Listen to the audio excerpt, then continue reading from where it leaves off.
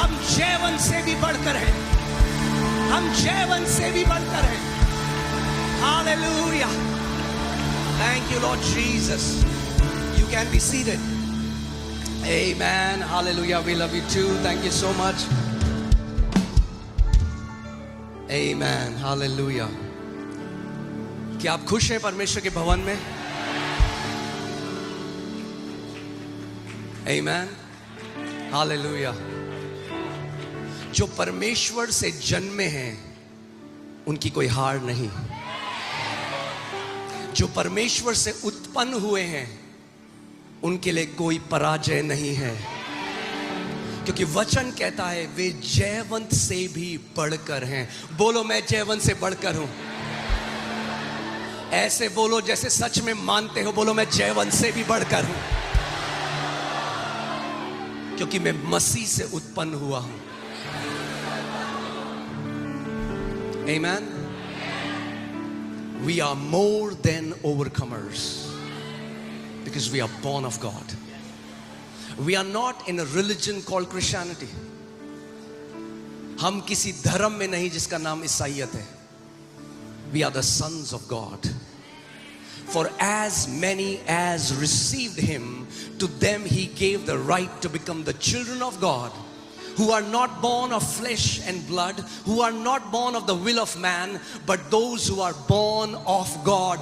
क्योंकि जितनों ने उसे ग्रहण किया उसने उन्हें परमेश्वर की संतान होने का अधिकार दिया। वे ना तो मांस से, ना लहू से, ना मनुष्य की इच्छा से, मगर वो पीढ़ी, वो लोग जो परमेश्वर से उत्पन्न हुए हैं। Hallelujah, amen. You know, the sad thing, the most tragic thing is, Jesus came to set mankind free from the religious system, and we put his teaching in a religious box and we call it Christianity.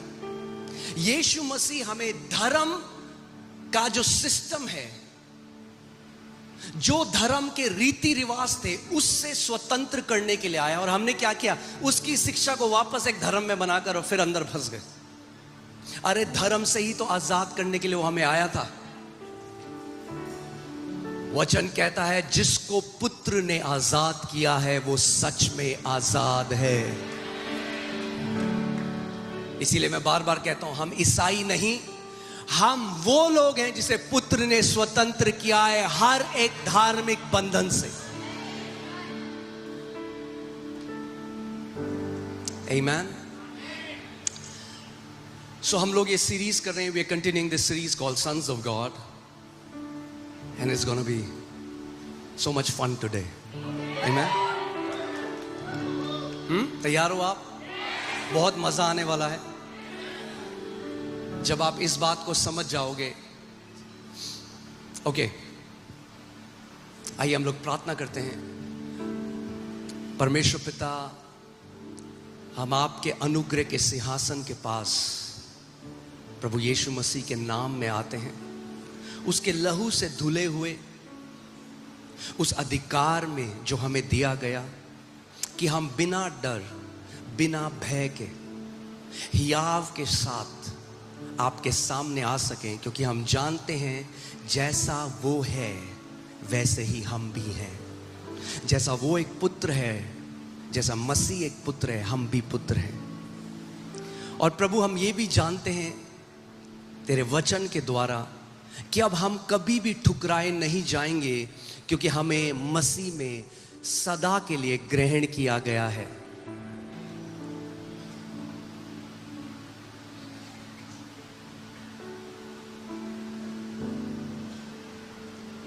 Hallelujah, आमीन। Okay, सो तैयार हैं आप? Okay, चलते हैं यूहन्ना 5,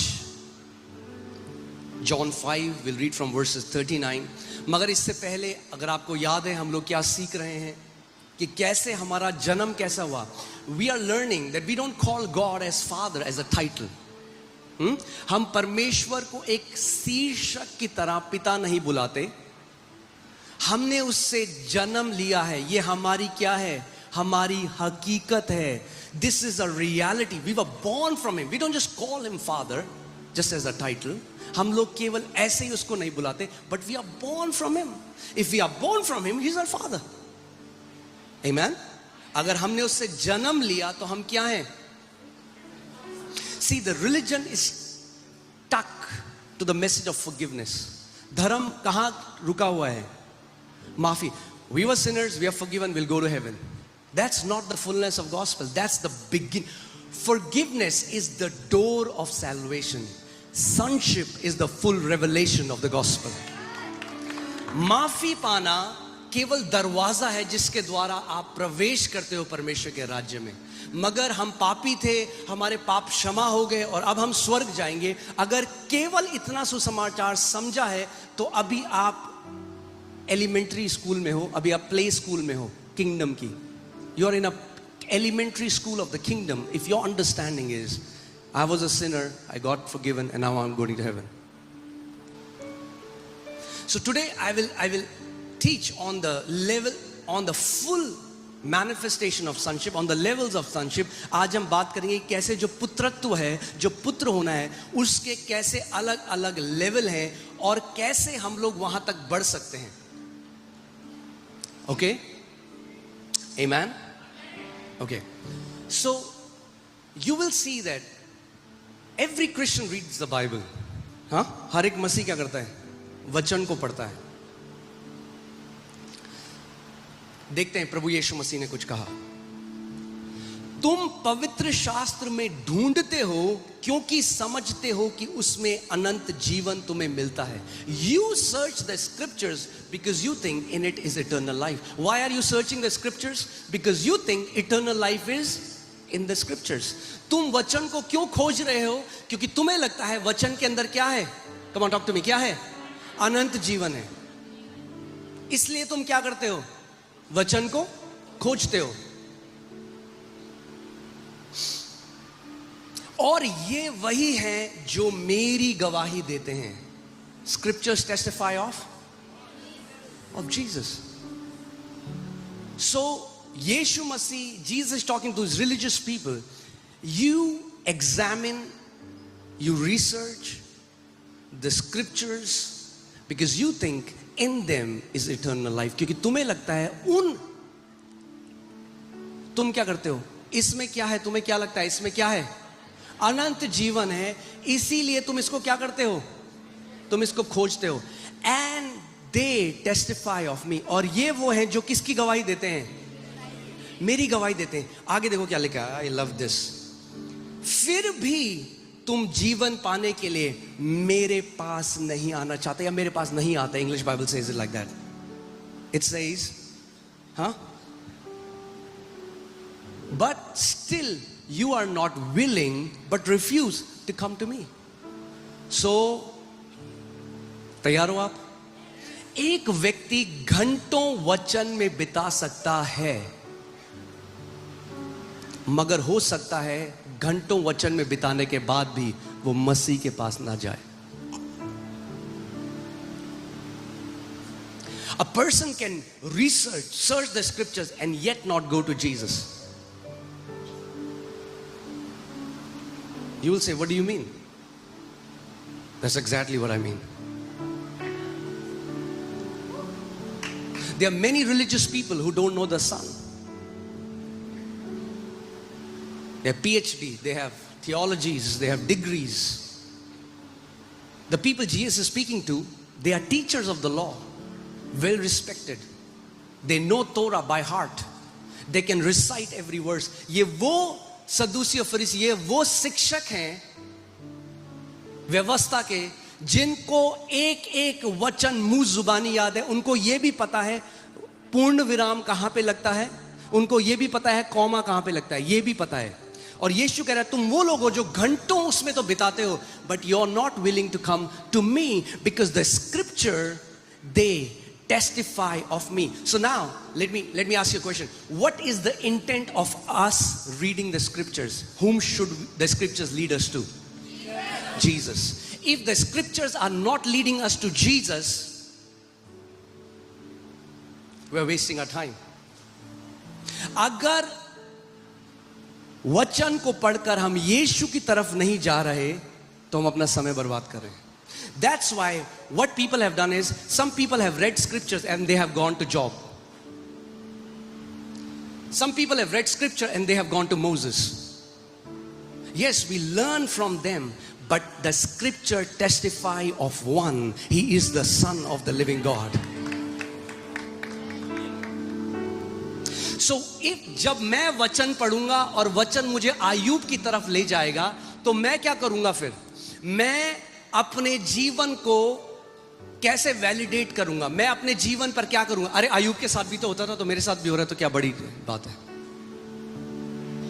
Are you getting what I'm saying? Because hear this, we have to understand this. इस बात को ध्यान से समझो कि जो वचन हमें कह रहा है, that reality is somewhere here. जो वचन कह रहा है वो हकीकत यहां पे है, but our experience is somewhere here. What we are experiencing is somewhat here. This is God's reality. ये परमेश्वर की हकीकत है जो वो अपने वचन में कहता है. This is our experience. So what do we do? हम लोग क्या करते हैं? We search for something in the Bible which validates our experience. Rather than growing our experience to God's reality, we bring God's reality down to our experience. अपना अनुभव उठाने के, परमेश्वर के वचन की तरफ ले जाने की जगह हम क्या करते हैं? हम परमेश्वर के वचन को अपने अनुभव के नीचे जाते हैं. So what do we do when we have to do that? See, if it is Jesus, if it's Jesus, you will never find, आपको एक भी बार नहीं मिलेगा that Jesus, you'll never find an example in Jesus where he can bring God's reality down to your experience. So what do? So you have to find Job. You have to find Epaphroditus. Why was Epaphroditus sick? See, he was sick. He was Paul's companion. I can be sick also. Are you getting what I'm saying? Ayub बीमार था. Ayub भी तो बीमार था. Job was sick. I can be sick. Where has scriptures taking me to? Job. But we are missing the point. It was never about Job. We are not predestined to become like Job. We are predestined to become into the conformation of the Son of God. हम आयूब की तरह बनने के लिए परमेश्वर ने हमें नहीं बुलाया. परमेश्वर ने हमें अपने पुत्र के स्वरूप में बनने के लिए बुलाया. If Jesus was sick, then I'll accept that it's God's will for mankind to be sick. But you don't get it. What about Job and what about them and what about them? Yes, they were human beings like us. But understand God's reality. Jesus is the express image of the Father. Jesus is the will of God in action. यीशु मसीह परमेश्वर की इच्छा है मनुष्य जाति के लिए. आयूब नहीं है. I don't read ever where they are saying, hey Jesus, we have to go to Galilee. Jesus, Peter, you go to Galilee, man. I'm very sick. Now in no way I'm belittling those who are suffering with sickness. Please get my heart. मैं उनको छोटा नहीं कर रहा हूं. But if we keep validating people to where they are, we will never be able to bring them where God wants to bring them. अगर हम उनको वहीं पैम्पर करते रहे तो वो वहीं रहेंगे. अगर हम उनको वो आईना नहीं दिखाएंगे कि परमेश्वर उनको कैसे कहता है. Are you getting what I'm saying? The scriptures testify of Jesus. That means my role model, my example, my conformity has to be according to the Son of the living God. मेरा उदाहरण केवल एक है. Your pastor is not your example. They can teach you. Jesus Christ himself is your example. Jesus Christ is our standard. यीशु मसीह क्या है हमारा? हमारा standard है, हमारा माप है. अगर आयूब को अपना माप ले लोगे तो बहुत छोटे में संतुष्ट हो जाओगे. Some people say, I want to be like Moses. Praise God for Moses. But do you know that Moses was not able to enter to promised land?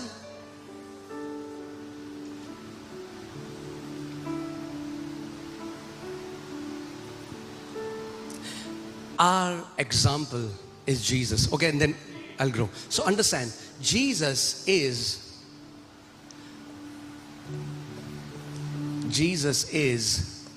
the pattern son.